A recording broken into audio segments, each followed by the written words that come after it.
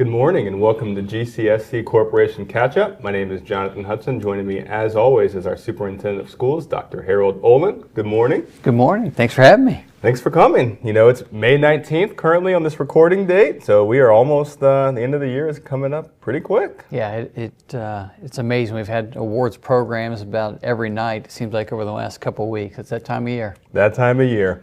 So Sprig ECAs have been in just full flex. A lot of great things have been happening. I think probably the highlight for me has been the Little Mermaid musical. Yes, turned out fantastic. that was great. But anything you've seen besides the musical, if you want to discuss that and our sports going on as well. Well, let me talk about the parade of bands that we had. I tell you, that's a tradition that this community has had for over 50 years.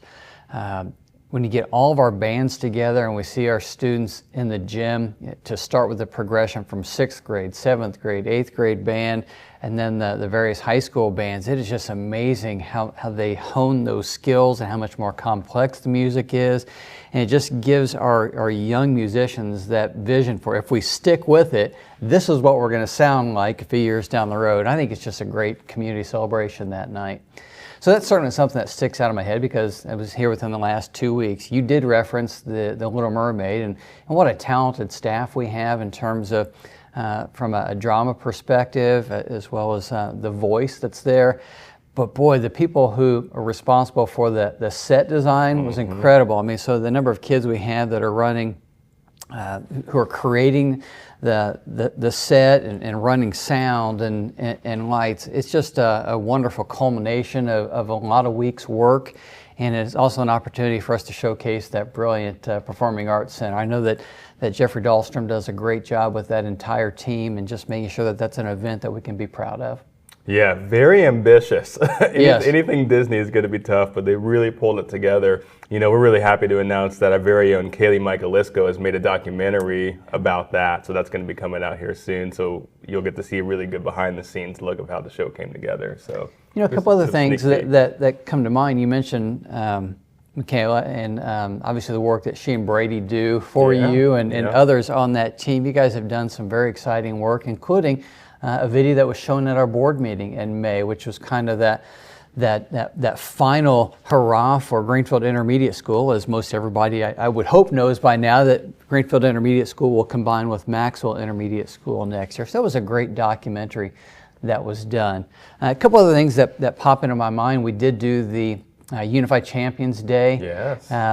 Of course, the weather wasn't exactly what we wanted, but we were able to run students through the various rotations, and it was still a great event. So, you know, there's so much that goes on, and then I think about the boys track team won conference, which was the first time in many years as well. Again, I know a lot of things are going on: baseball, softball, tennis, golf. The instrumental music had their culminating event. Jazz band will be tomorrow. I know the strings had their item. The Charlie Awards. We had the LEAP program celebration last night. Tonight we'll have the Academy graduation. So again, a lot of great things to celebrate. Yeah, the fourth quarter is always, I mean, it's my favorite as an educator. The first quarter holds a special place in my heart because you get to meet the kids and you get to form those relationships.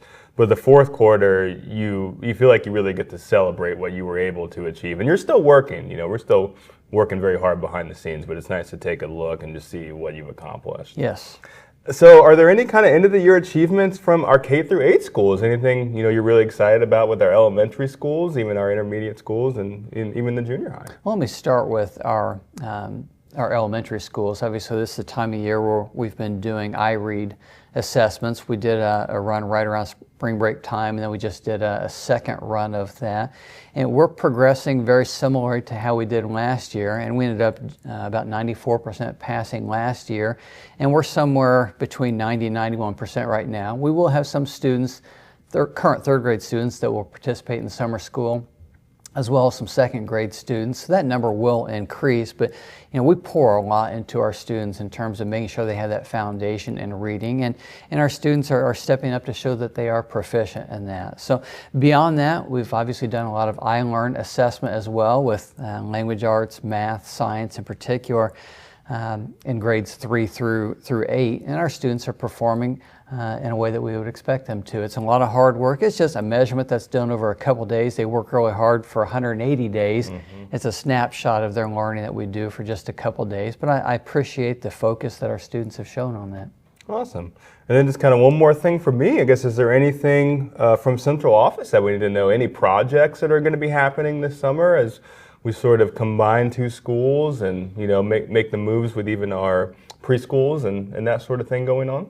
Yeah, we are continuing to work the plan that we described for our community really back in November. So we've referenced it a couple times here in the last 10 minutes that the Greenfield Intermediate School staff and students will make that move to Maxwell. We have enough space up there to have all 5th and 6th grade classrooms there. So it's quite a monumental task. I'll tell you, Nate Day, our business manager, really takes the reins there on the logistics side to make sure that we get all the classrooms moved, all the materials moved. So that's the first step of that, but as soon as that happens in the first 2 weeks of June, we are going to utilize some classrooms at GIS for Harris, because we have a little bit of light construction that'll be happening specifically on the Harris side of that campus on the eastern portion.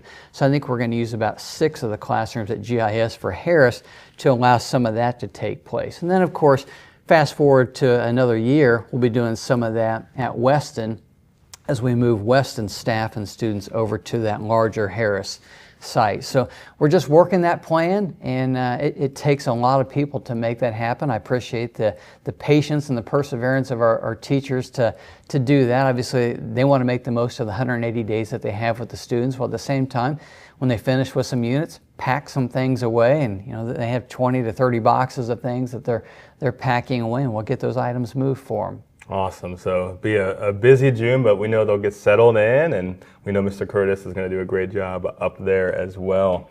You know, I would note beyond that, obviously the move is a piece that's on people's mind, but as we had shared with the board in the May board meeting, we have a lot of things happening for students over the summer. You know, a lot of summer school opportunities, extended learning opportunities, and we have a lot of professional development opportunities for our staff, which is pretty common for us.